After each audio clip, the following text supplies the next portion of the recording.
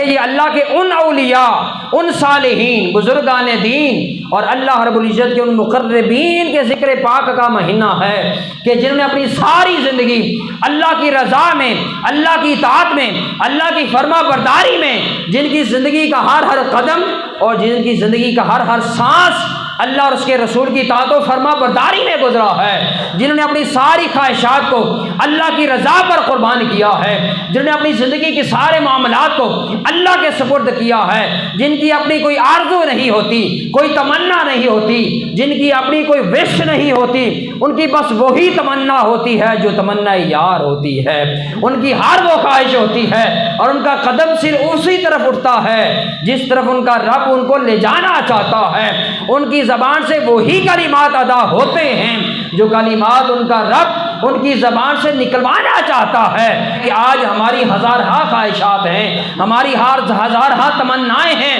ہم کبھی چاہتے ہیں کہ یہ بھی مل جائے،